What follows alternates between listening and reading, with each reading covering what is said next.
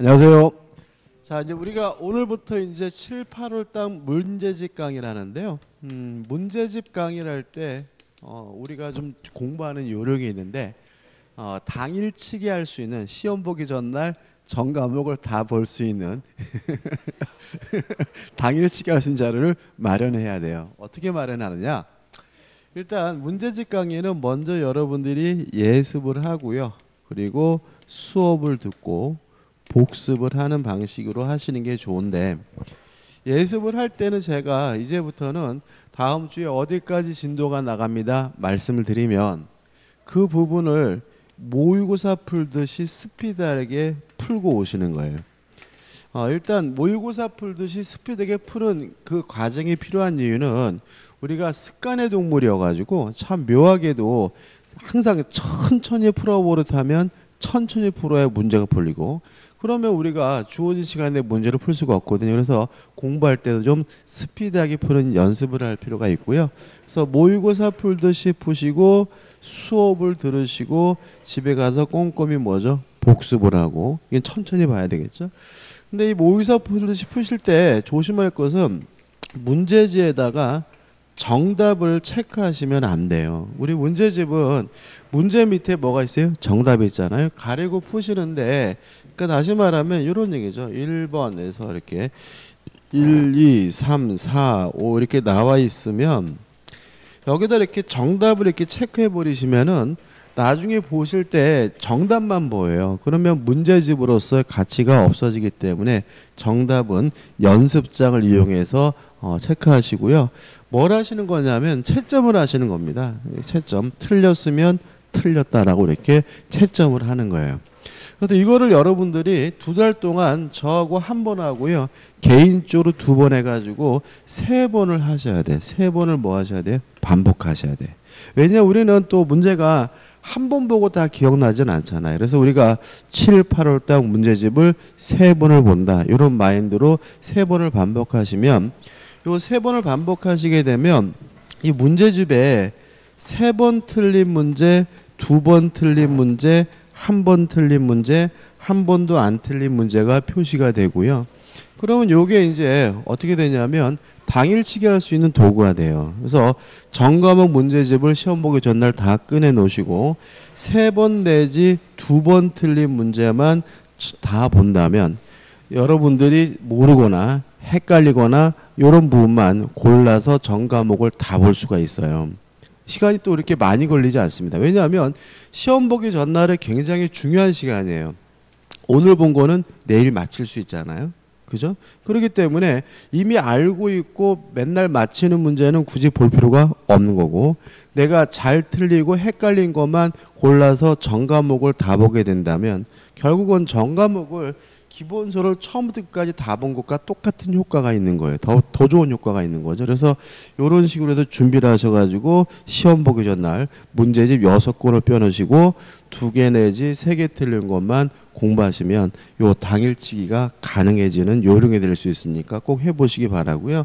아무래도 이제 문제집 학원에 가져와야 되니까 너무 선명하게 표시하지 마시고, 누가 볼 수도 있으니까 이렇게 희미하게 자기만 알아보기 표시해가지고 준비하시면 충분히 당일치기 할 수 있는 자료로서 쓸 수가 있습니다. 자, 교재를 들어가는데 12페이지죠. 1번부터 들어갑니다. 본지 강의는 어떻게 할 거냐면 문제를 풀기 위한 내용을 먼저 정리하고요. 그 정리된 내용을 가지고 문제를 풀고 이런 식으로 진행할 거예요. 그래서 만약에 여유가 된다면 제가 정리해 드리는 거를 연습장에다가 노트에 넣으시면 일종의 뭐가 돼요? 초간단 요약집이 될 수가 있겠죠. 그죠? 자, 1번 문제 풀기 위해서 뭘 정리해야 되냐면 권리의 변경이라는 거를 정리를 해야 돼요. 이게 뭐 시험에 잘 나오는 건 아니에요. 근데 어쩌다 한 번씩 나오는데, 권리 변경은 첫째 주체의 변경이라는 게 있죠. 그 다음에 2번째 내용의 변경, 내용상의 변경이 있고요. 그 다음에 3번째 작용의 변경이 있고요. 요 내용의 변경이 다시 뭐로 나왔냐면 질적 변경과 뭐로 나뉘냐면 양적 변경으로 나뉘어요. 일단 주체 변경은 주체가 변경되는 거니까 뭐하고 똑같은 말이냐면 이전적 승계와 같은 말이다. 왜냐하면 이전적 승계를 하게 되면 뭐가 바뀌는 거죠? 주체가 변경이 되고요. 그 다음에 내용의 변경에서 질적 변경은 권리 자체가 다른 권리로 바뀌는 것을 말하고요. 양적 변경은 권리 자체는 변하지 않고 권리자로서 할 수 있는 일에 양이 변경되는 게 양적 변경이고요. 작용의 변경은 권리 자체도 변하지 않고 양도 변하지 않고 작용만 바뀌는 것이 작용의 변경인데, 그럼 결국은 질적 변경 뭐죠? 권리 자체가 다른 권리로 바뀌는 거. 양적 변경은 권리는 그대로인데 양만 바뀌는 거. 작용의 변경은 권리도 그대로고 양도 그대로인데 작용만 바뀌는 게 뭐죠? 작용 변경이죠. 질적 변경이 예로서 가장 흔한 예는 이런 겁니다. 갑이라는 사람이 A라는 건물을 을에게 팔았어요. 팔면 갑은 을에게 뭘 갖게 되냐면 매매 대금을 달라고 요구할 수 있는 매매 대금 청구권이 있겠죠. 근데 을이 갑에게 돈으로 안 줘요. 그러면 갑은 을에게 채무 불이행을 이유로 뭐 하게 되냐면 손해배상을 청구하겠죠. 그러면 갑이 가지고 있던 권리는 원래 뭐였어요? 대금 청구권이었는데 뭐로 바뀌었죠? 손해배상 청구권. 권리 자체가 다른 권리로 바뀌었으니까 이런 걸 우리가 뭐죠? 질적 변경이라고 한다. 근데 양적 변경에 대해서는 이런 걸 기억하셔야 됩니다. A라는 건물에 대해서 갑이라는 사람이 소유권이 있어요. 소유권이 있다는 말은 그 물건을 사용할 수 있고 수익할 수 있고 처분할 수 있다는 얘기거든요. 근데 갑이 이 건물에다가 을에게 전세권을 설정해 줬어요. 그렇다 그래서 갑의 권리, 소유권이 다른 권리로 뒤바뀌는 것은 아니에요. 다시 말하면 권리 자체는 여전히 뭐죠? 소유권인 거죠. 다만 이제 이 집에 살아야 될 사람은 갑이 아니라 누구예요? 을이기 때문에 더 이상 갑은 사용할 수 없고 수익할 수 없고 뭐만 할 수 있죠? 처분만 할 수 있죠. 그러면 권리 자체는 여전히 소유권이지만 할 수 있는 일의 양이 줄고 있으니까 이런 걸 우리가 뭐죠? 양적 변경이라고 한다. 그다음 작용의 변경인데 작용의 변경에서 이 작용은 힘입니다. 힘, 파워. 한자로 쓰면 힘역자가 되는 거죠. 다시 말하면 권리도 그대로고 할 수 있는 일의 양도 그대로인데 힘, 파워가 바뀌는 걸 우리가 뭐죠? 작용의 변경이라고 하거든요. 두 가지를 기억해 두시는데 첫째, 갑이라는 사람이 주택 임차권을 가지고 있는데 이 사람이 인도받고 동사무소 가서 주민등록 전입신고라면 대항할 수 있는 힘을 받게 되는데 이게 뭐죠? 작용의 변경이다. 다시 말하면 전입신고하기 전에도 주택임차권, 하고 나서도 주택임차권 권리 자체는 변하지 않았고요. 할 수 있는 일의 양도 변하지 않았는데 뭐만 갖게 됐죠? 대항할 수 있는 힘을 갖게 됐으니까 이게 뭐죠? 작용의 변경이고요. 그 다음에 두 번째로서 1순위가 갑 앞으로 저당권이 설정이 되어 있고 2순위가 을 앞으로 저당권이 설정이 되어 있는데 갑의 저당권이 말소가 되면 을의 저당권이 2순위의 1순위로 순위가 승진되게 되는데 이것도 뭐죠? 작용의 변경이다. 왜냐하면 갑이 있거나 없거나 을은 뭐죠? 저당권. 또 갑은 있거나 없거나 뭐 할 수 있죠? 경매할 수 있었고요. 다만 2순위가 아니라 1순위다. 좀 더 힘이 센 저당권이 되니까 뭐가 되는 거죠? 힘이 세졌다. 작용의 변경이 되는 거죠. 자, 이 정도입니다. 1번입니다. 다음 중 법률행위가 나요. 틀린 것은 1번. 우리 민법은 법률행위의 정에 관한 명문의 규정을 두고 있다. X.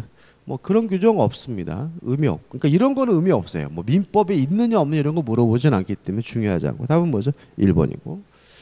2번 법률행위가 당사자가 원하는 대로의 법률 효과를 발생하기 위해서는 아이고 죄송합니다. 제가 좀 엉뚱한 문제를 보고 있었구나. 에이씨 어쩐지 문제가 이상하더라고. 8페이지죠. 그죠? 8페이지. 에이 참. 1번 권리 변동의 모습입니다. 1번 권리 변동의 모습에 관한 설명 중 옳은 것은 1번 취득시효율이란 권리 취득은 원시 취득이에요. 왜냐하면 소유자가 넘겨주는 것이 아니라 민법 규정에 의해서 소유권이 주어지니까 원시 취득이죠. 따라서 상대적 취득이다. X. 2번 상속이란 권리의 취득은 당연히 뭐죠? 특정 승계가 아니라 포괄 승계고요. 3번 저당권의 취득은 대표적인 뭐죠? 설정적 승계죠. 4번 물건의 인도를 목적으로 하는 채권이 손해배상으로 변했다면 그러면 이 사람이 가지고 있던 채권이 뭐죠? 물건 인도 채권이고 지금 채권은 뭐죠? 손해배상 채권이니까 권리 자체가 다른 권리로 뒤바뀐 거죠. 이게 뭐예요? 질적 변경. 따라서 그것은 이른바 권리의 성질적 변경이다. 질적 변경이다. 맞는 거고요. 답은 4번입니다. 실제로 성자 안 써요. 그냥 대부분 그냥 질적 변경이라 하니까 걱정하지 마시고. 그 다음에 5번 권리의 주체가 변경되는 것은 권리의 상대적 소멸이기 때문에 5번은 X가 되죠. 2번입니다. 다음 설명 중 틀린 것은 1번 신축 건물의 소유권 취득 원시 취득이죠. 시효 취득, 선의 취득, 첨부도 민법 규정에 의해서 소유권이 주어지는 것이니까 원시 취득입니다. 이런 거 외울 필요는 없어요. 중요하지 않습니다. 2번 매매로 인하여 전 소유자의 소유권이 소멸하면 권리의 상대적 소멸이고요. 3번 주체 변경은 권리의 이전적 승계와 뭐죠? 같은 개념이고요. 4번 상속은 포괄 승계죠. 한꺼번에 싹 넘어가는 거죠. 따라서 원칙적으로 상속인에게 선택적으로 승계된다. X고요. 답은 4번이죠. 5번 전세권, 저당권 등 제한 물권의 성정은 권리의 설정적 승계다. 맞는 질문이죠. 그다음 우측에 3번 같은 거 나오는데 이런 3번 같은 문제가 나오면 야 이거 원시 취득을 꿀꿀이 딸딸딸 외워야 되느냐? 외울 필요 없다. 그러니까 절대로 뭐 신기한 건 내지는 않습니다. 지문으로 나오긴 하지만 관건이 되는 건 아니니까 외우려고 하지 마시고요. 일단 답만 볼 겁니다. 기억, 취득시효 원시 취득이죠. 니은번 무주물 선점 유실물 습득 매장물 변경은 민법 규정에 의한 원시 취득이고 디귿번 전세권 설정은 설정적 승계 취득이고요. 그 다음에 리을번 상속도 포괄 승계 취득. 그다음 미음번 부합 혼합 가공은 민법 규정에 의한 뭐가 되냐면 원시 취득이고 비읍번 사인 증여도 뭐죠? 특정 승계 취득이고 시읍번 매매로 인한 소유권 취득도 승계 취득이죠. 그 다음에 이응번이 나오는데 매매로 인한 채권 취득이 무슨 말이죠? 갑이라는 사람이 A라는 건물을 가지고 있어요. 을과 만나서 매매 계약을 하면 매매 대금을 달라고 요구할 수 있는 매매 대금 채권을 갖겠죠. 근데 이 매매 대금 채권은 누구한테 넘겨받은 것이 아니라 요 매매 계약을 함으로써 채권이 처음으로 생긴 것이니까 이것도 뭐가 돼요? 원시 취득이 되겠죠. 그래서 답은 뭐죠? 5번이 됩니다. 그 다음에 4번입니다. 여기서 좀 정리할 게 있어요.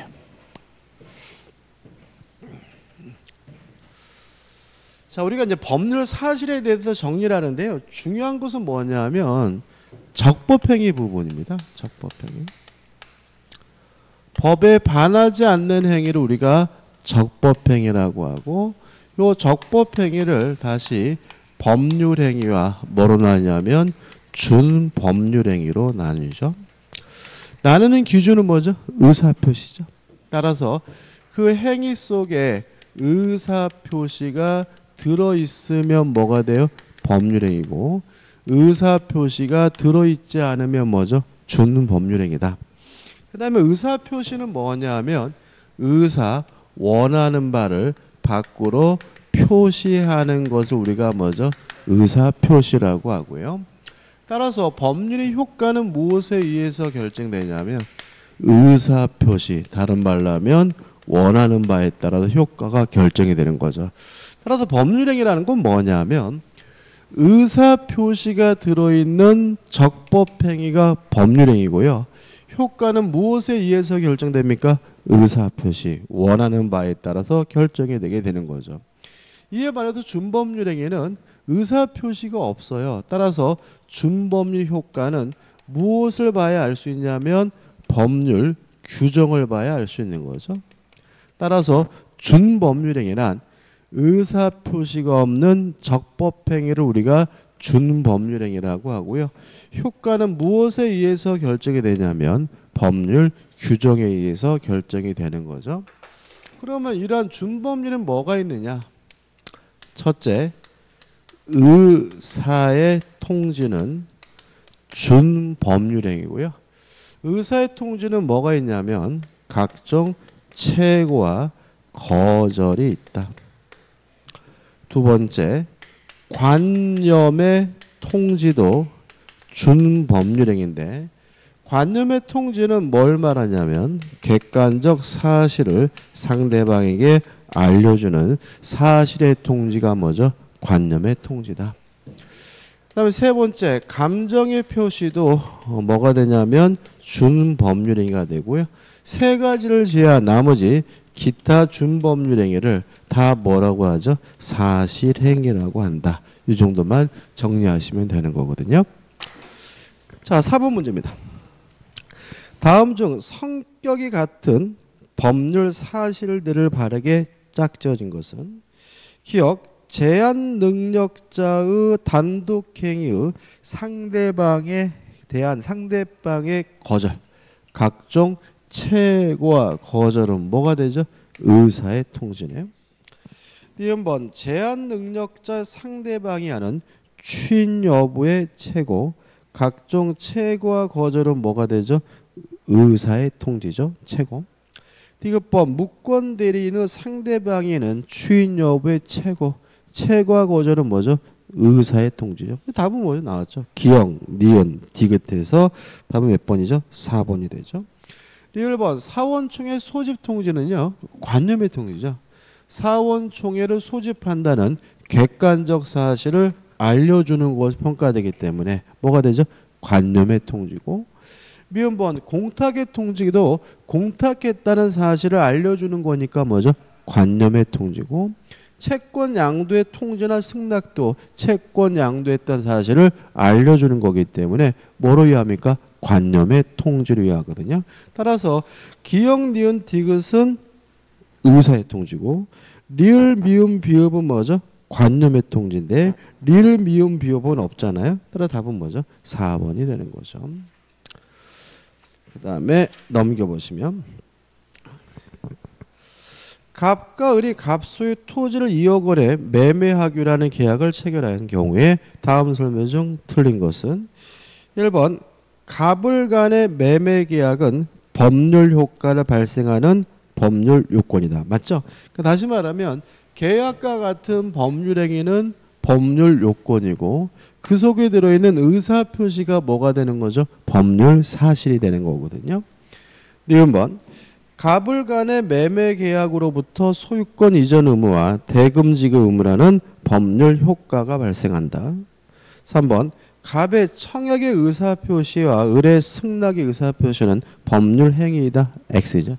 다시 말하면 법률 행위가 되려면 반드시 뭐가 있어야 돼요? 의사표시가 있어야 되지만 의사표시 자체가 뭐인 것은 아니에요? 법률 행위인 것은 아니니까 답은 3번이 되겠죠. 4번 갑이 을에 대하여 가지는 대금 채권을 병에게 양도하고 이를 을에게 통지하는 거 물론 뭐죠? 법률 사실이고요. 5번 갑이 을에 대하여 잔금을 속히 지급하라고 청구하는 거 청구는 뭐죠? 최고죠. 독촉이니까 독촉 최고는 뭐죠? 의사의 통지고 뭐가 되는 거죠? 준법률행위니까 법률행위가 아니다. 맞는 지문이 되겠죠. 밑에 그 해설을 보시면 채무이행 청구는 의사의 통지 이렇게 나와 있잖아요. 왜 채무이행 청구가 의사의 통지죠? 이행 청구는 뭐예요? 최고니까 그죠? 최고로 번역해서 기억해 두셔야 되겠죠. 6번 준법률에 관한 다음 설명이 좀 틀린 것은, 자, 이 준법률이란 말이 뭐냐면 법률행위에 준하는 행위라는 뜻이거든요. 그러니까 법률행위와 뭐죠? 유사한 행위 이런 뜻이에요. 그러면 1번 준법률행위는 법률적 행위라고도 한다. 맞죠? 그러니까 법률적 행위라는 말은 법률행위와 유사한 행위라는 뜻인 거예요. 이해되시나요? 1번은 뭐죠? 맞는 것이고, 2번 준법률행위는 법률 규정에 의해 이미 정해진 법률 효과의 발생을 목적으로 하는 이루어지는 표현행위와 단순한 사실행위로 구별된다. 자, 준법 효과는 무엇에 의해서 결정되죠? 법률 규정에 의해서 결정되고, 의사의 통지와 간념의 통지를 감정의 표시를 표현행위라고 하거든요. 그래서 표현행위와 사실행위로 이루어졌다. 맞는 질문이죠.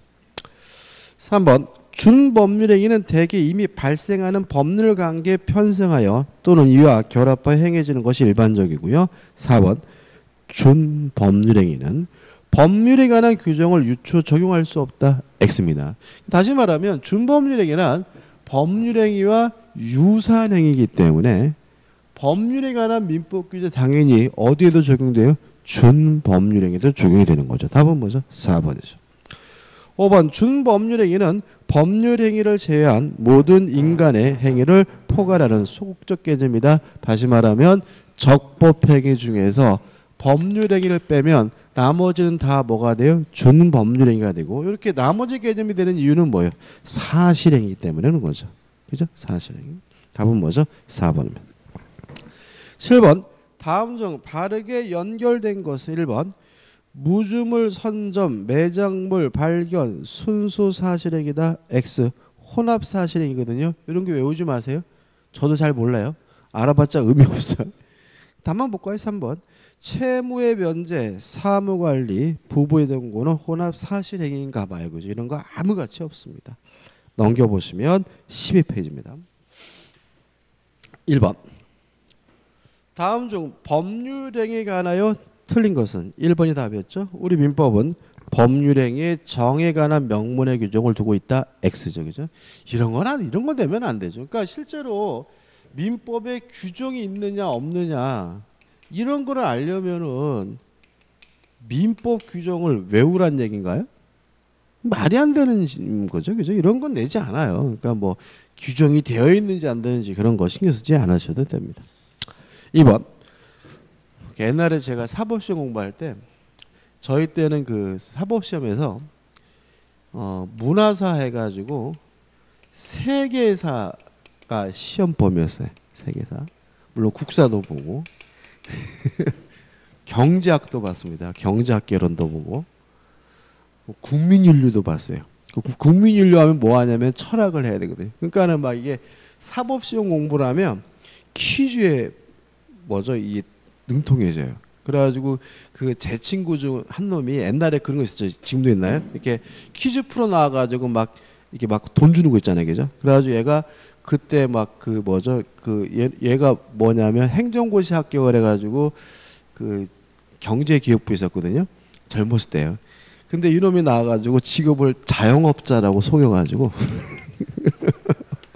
자영업자라도 속여가지고 그러면 나온 거라서 저놈이 이랬더니 자영업자라는 거야. 자영업자라도 속여가지고 거의 뭐 끝까지 다 갔던 것 같아요. 그래서 그때 왜냐하면 이게 막 퀴즈라는 게 결국은 뭐예요? 경제, 역사, 뭐 문화 이런 것들이니까 막 이게 그 옛날에 사법시험 과목이 막 이런 게 아무튼 퀴즈를 잘하게 해요. 그래서 지금도 제가 좀 잘하는 편이에요. 근데 문제는 지금도 잊지 못하는 게 세계사 문화사 책 문제 중에서 다음 중 청나라 서적이 아닌 것은 이게 이런 문제가 나온 적이 있었어요. 청나라 시대 서적이 아닌 것은 그리고 막 5개가 듣도 보도 못한 책에 쭉 나열되는 거예요. 그래서 저는 그때 그 문제 낸 놈한테 물어보고 싶었어요. 너는 청나라 시대에 나온 책을 다 아니? 자식아 임마 진짜 물어보고 싶었어요. 진짜 이런 식으로 문제 내면 안 되는 거죠. 민법 규정도 1000조가 넘습니다. 그래서 민법이 있느냐 없느냐 이런 거 신경 안 써야 돼요. 답은 1번입니다. 2번 법률행위가 당사자가 원하는 대로의 법률 효과를 발생하기 위하여는 법률행위가 성립하고 유효하여야 한다. 맞겠죠? 3번 법률행위가 준법률행위와 다른 점은 행위자가 원하는 대로의 효과가 발생한다는 데 있다. 맞죠? 다시 말하면 준법률행위는 효과가 법률 규정에 의해서 결정되고 법률행위는 효과가 무엇에 의해서 원하는 바에 따라서 결정이 되니까 이 3번도 뭐죠? 맞는 질문이죠.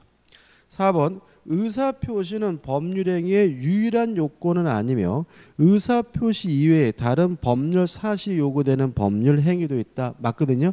가장 대표적인 게 뭐예요? 이런 거? 혼인이죠. 혼인. 나와 결혼해 줄래? 좋아. 라는 의사표시 외에 사실행위인 뭐가 있어야 되죠? 혼인 신고를 해야 뭐가 되는 거죠? 부부가 되잖아요. 따라서 혼인이라는 법률행위는 의사표시 외에 혼인신고라는 뭐가 있어야지? 사실행위가 있어야 성립하기 때문에 법률행위가 되기 위해선 의사표시가 반드시 있어야 되지만 의사표시만으로 이루어진 것은 아닌 거죠. 5번 법률행위는 사적 자치를 실현하는 수단이다. 맞는 질문이죠. 사적 자치가 무슨 말인지 아시죠?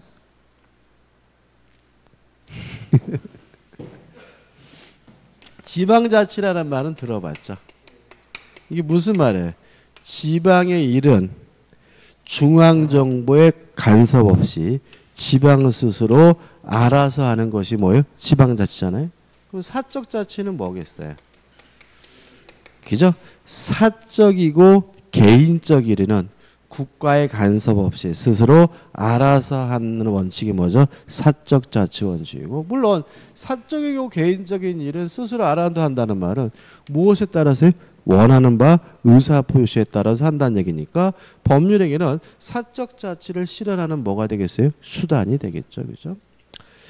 2번 법률행위에 관한 설명으로 틀린 것은 1번 사적 자치 원칙 지배하는 사법관계에서 가장 중요한 법률 요건은 법률행위다. 2번 법률행위는 의사표시를 요소로 하나 의사표시 자체가 법률행위인 것은 아니다. 맞죠? 그죠? 3번 법률행위는 행위자가 원한 대로 법률행위가 발생하므로 법률적 행위라고 한다. X. 법률적 행위는 뭐가 되는 거죠? 법률행위가 되는, 준법률행위가 되는 거죠. 그죠? 법률행위가 뭐라고요? 준법률적 행위. 헷갈리네 저도. 법률적 행위는 뭘 말하는 거냐면 준법률행위를 말하는 거기 때문에 답은 뭐죠? 3번이죠. 4번 상대방 없는 단독행위, 유언, 재단법인 설립행위, 소유권의 포기 등을 둘 수 있다. 맞는 질문이고 좀 이따 또 볼 겁니다. 5번 계약은 청약과 승낙과 같이 서로 대립하는 두 개의 의사표시 합체에 성립하는데 이러한 서로 대립하는 의사표시를 법률 사실이라고 한다. 다시 말하면 계약과 같은 법률행위는 법률 요건이고 그 속에 들어있는 의사표시는 뭐가 되죠? 법률 사실이 되는 거죠. 그 다음에 3번인데요. 3번을 풀기 위해서 좀 하나 좀 정리를 해야 되는데 이거 시험에서 절대 안 됩니다. 자, 이게 뭐냐면 사람이 살면서 관계를 맺게 되는데 이러한 관계를 통칭해서 생활관계라고 해요. 이 생활관계가 두 가지로 나뉩니다. 법률관계와 인간관계로 나뉘고요. 나누는 기준은 뭐냐면 법에 의해서 규율되는 관계를 법률관계라고 하고요. 법이 아닌 나머지 것들, 도덕이나 종교나 친분 등에 의해서 규율되는 관계를 우리가 인간관계라고 하고요. 법률관계의 중요한 특징은 권리와 의무를 발생시킨다는 점에서 중요한 특징이 있고요. 인간관계는 법적인 권리와 의무를 발생시키지 않는다는 특징이 있어요. 여기서 좀 생각해 볼 것은 의무라는 건 뭐냐면 반드시 이행을 해야 할 법적인 구속이 의무거든요. 그래서 법률관계는 권리와 의무를 발생시킨다는 말은 반드시 이행을 해야 된다는 얘기고요. 인간관계는 권리와 의무를 발생하지 않는다는 말은 하든 안 하든 뭐가요? 상관이 없다라는 의미가 됨을 주의하시기 바라고, 인간관계 한 가지 예로서 우리가 한 가지 기억해 두시면 편한 것이 뭐냐면 호의관계입니다. 호의관계란 좋은 뜻으로, 호의죠. 상호간에 이익을 주고받는 것을 우리가 호의관계라고 하고요. 호의관계는 뭐의 일종인 거죠? 인간관계의 일종이 되는 거죠. 문제 보죠. 3번 다음 중 법률관계가 아닌 것은 4번을 보시면 갑과 을이 학교에 가기 위하여 버스 정류장에서 만나기로 한 약속, 친분에 의해서 규율되는 거죠. 이건 뭐예요? 인간관계죠. 답은 뭐죠? 4번이에요. 나머지 것들은 법에 의해서 규율됩니다. 1번 갑이 을에게 방을 하나로 무상으로 빌려주겠다. 이거 뭐예요? 사용대차. 민법에 규정되어 있죠. 2번 갑이 을에게 민법 시험을 대신 쳐주고 사례금을 받기로 했다. 이거는 뭐겠어요? 반사회적 법률행위겠죠. 그죠? 법률관계죠. 그 다음에 3번 갑이 을에게 금전 채무 대신에 자신 소유의 컴퓨터를 주기로 한 약속, 대물변제죠. 이것도 뭐죠? 법률관계. 5번 갑이 을에 대하여 가지고 있는 채권을 면제해 주겠다. 채무면제죠. 단독행위죠. 이것도 뭐죠? 법률관계죠. 답은 뭐죠? 4번이 됩니다.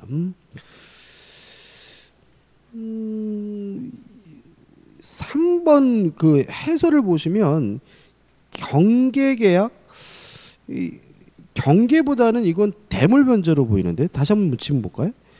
갑이 을에게 금전 채무 대신에 자신 소유 컴퓨터를 주기로 했다. 그러면 돈 대신 뭐로 주는 거죠? 컴퓨터, 물건을 주는 거니까 이거는 경계가 아니라 뭐죠? 대물변제입니다. 그죠? 해설이 좀 잘못되어 있죠. 4번입니다. 다음 설명 중 틀린 것은 1번 법률 효과를 발생케 한 원인을 법률 요건이라고 하고, 이러한 법률 요건을 구성하는 개개의 사실을 법률 사실이라고 한다. 5점. 2번 법률행위는 하나의 이상의 의사표시를 요소로 하는데, 법률행위는 의사표시 내용에 따라 행위자가 원하는 대로 효과가 발생한다는 점에서 다른 법률 요건과 구별되는, 다시 말하면 법률행위가 되려면 의사표시가 있어야 되는데 효과는 무엇에 의해서? 의사표시, 원하는 대로 결정된다는 얘기죠. 3번 소비대차로부터 발생한 채무이행을 청구, 이행을 청구하는 건 채고죠. 채고는 뭐죠? 의사의 통지, 준법률행위고, 그 다음에 이러한 청구 의향을 변제하는 거, 돈 주는 거 사실행위죠. 그죠? 이게 5만 원 이렇게 짚어줬어요. 이런 건 뭐예요? 사실행위잖아요. 따라서 뭐가 되는 거죠? 준법률행위니까 법률행위가 아니다. 맞는 질문이죠. 넘기셔서 4번 준법률행위는 의사표시를 요소로 하지 않는다는 점에서 법률행위와 구별되나 법률행위나 민법의 규정의 일부 준법률에 유추정된다. 물론 뭐죠? 맞는 질문이고. 5번 법률행위는 당사자, 목적, 의사표시를 요소로 하므로, 다음 시간에 하겠지만 이거는 성립요건이에요. 그러니까 법률행위가 성립되려면 당사자, 목적, 의사표시가 있어야 되고요. 이 셋 중에 하나라도 없게 되면 법률행위가 뭐조차 되지 않습니까? 성립조차 되지 않기 때문에 무효임을 원치 못한다. X고요. 답은 뭐죠? 5번이 되는 거죠. 5번 문제입니다. 다음 설명 중 틀린 것은 1번 청약의 의사표시는 법률행위가 아니죠. 법률행위 속에 들어있는 뭐죠? 의사표시고, 2번 의사표시가 법률행위로 되는 경우도 있다. 가장 대표적인 것이 뭐죠? 단독행위. 그러니까 단독행위는 의사표시 자체가 뭐죠? 법률행위죠. 3번 위법한 행위로부터는 아무런 법률 효과가 발생하지 않는다. 자, 기억하시나요? 그러니까 위법 행위는 우리가 두 가지가 있죠. 채무불이행과 불법행위. 다시 말하면 채무불이행을 이유로 뭘 청구할 수 있습니까? 손해배상을 청구할 수 있고요. 불법행위를 원인으로 뭘 청구할 수 있죠? 손해배상을 청구할 수 있다는 말은 위법행위 자체는 효과가 없는 것이 아니라 뭐가 있는 거죠? 효과가 있는 거예요. 따라 답은 뭐죠? 3번이 되는 거죠. 4번 단독행위는 승낙을 받지 않고 일방적으로 하는 것이기 때문에 조건이나 기한을 붙일 수가 없고요. 계약은 승낙을 받아서 하는 것이니까 조건, 기한 붙일 수가 있고요. 5번 단독행위는 법정주의가 적용되나 계약은 자유이다. 이것도 뭐죠? 맞는 질문이죠. 좀 이따 말씀드릴 거고. 그 다음에 6번하고 7번입니다.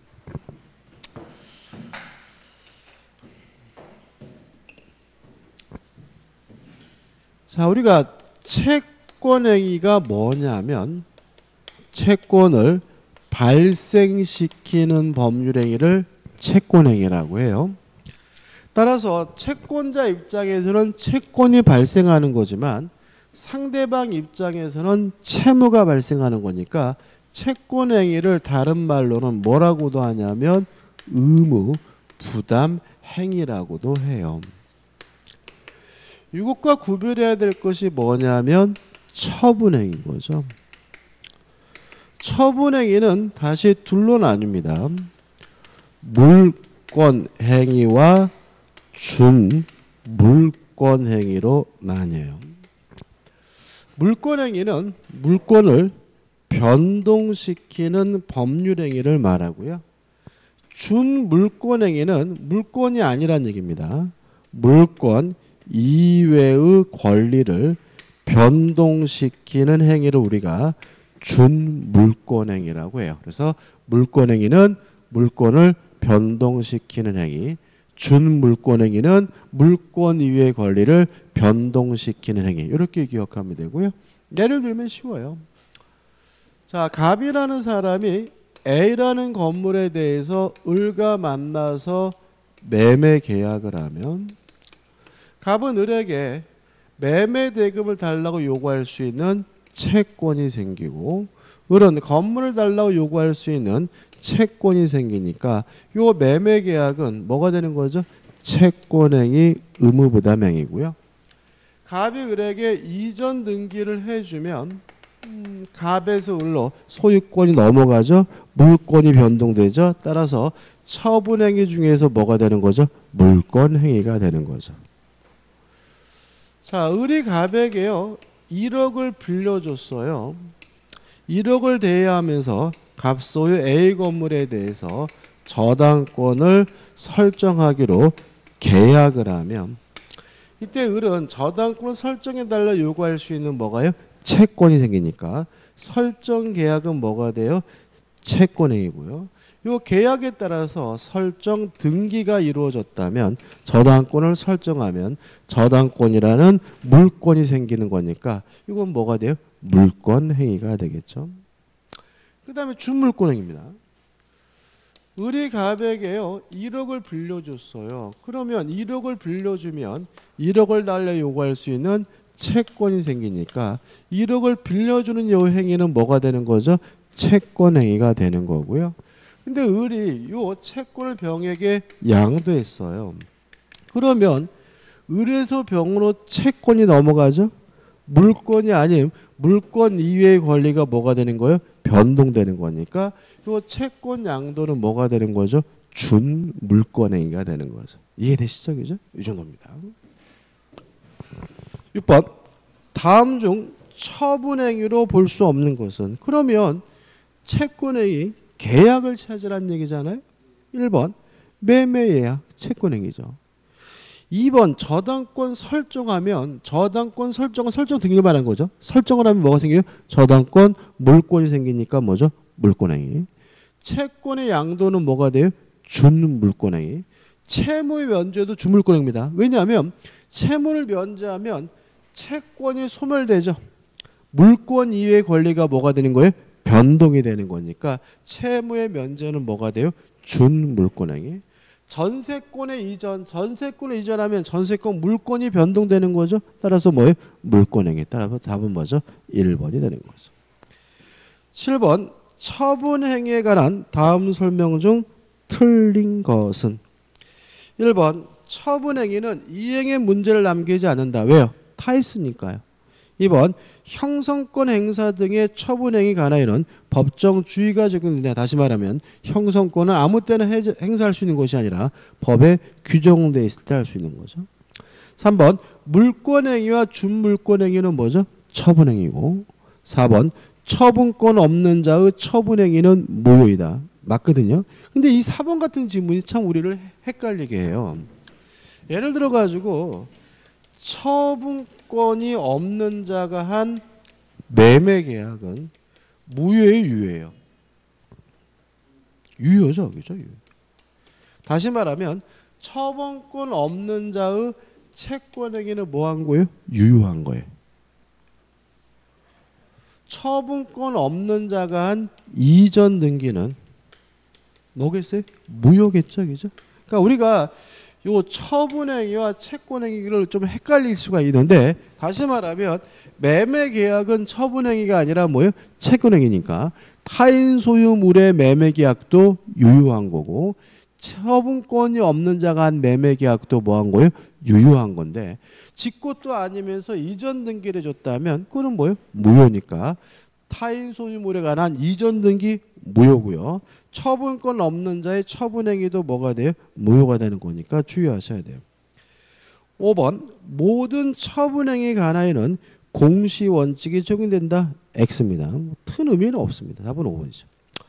8번 진짜 의미 없는 건데 다음 중 요식행위가 아닌 것은 5번이죠. 매매 계약은 뭐죠? 요식행위가 아닙니다. 나머지 것들은 시험 범위도 아니고요. 그 다음에 넘겨보시면 9번 해가지고 단독행위가 아닌 것은 자 승낙을 받아야 되는 건 뭐예요? 계약. 승낙을 받지 않고 일방적으로 하는 것은 단독행위죠. 그러면 예약하려면 승낙 받아야 돼요? 받을 필요 없어요? 예를 들어서 식당에 전화해서 아줌마 저희 그 학원인데요. 저희 5명 예약할래요. 그때 그쪽에서 자리 없는데 그럼 예약 안 되는 거잖아. 오세요. 자리 있어요. 그 시간에. 라고 해야 뭐가 되는 거예요? 예약이 되는 거잖아요.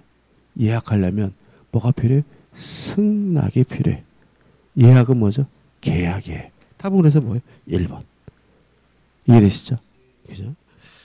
10번 다음 중 법률행위를 모두 고른 것은 기억, 임차권 양도에 대한 동의, 단독행위입니다. 법률행위고 니은번 대리권 수여, 수권행위죠. 단독행위, 법률행위고 그 다음에 디귿 부당이득은 사건이죠. 법률행위가 아니고 리을번 무효행위 추인, 단독행위, 법률행위. 답은 뭐죠? 2번이죠. 미음번 무권대리에 대한 추인 거절, 각종 채권과 거절은 의사의 통지 준법률행위고 비읍번 대리권 수여의 표시는 관념의 통지 준법률행위죠. 답은 뭐죠? 2번입니다. 11번 다음 중 계약이 아닌 것은 그럼 이것도 결국은 뭐예요? 승낙을 받지 않고 일방적으로 하는 건데 답은 뭐죠? 3번이죠. 수권행위는 승낙을 받지 않고 일방적으로 하는 뭐죠? 단독행위죠. 그 다음에 12번입니다. 다음 주 12번부터는 좀 쉬었다가 보죠. 12번부터.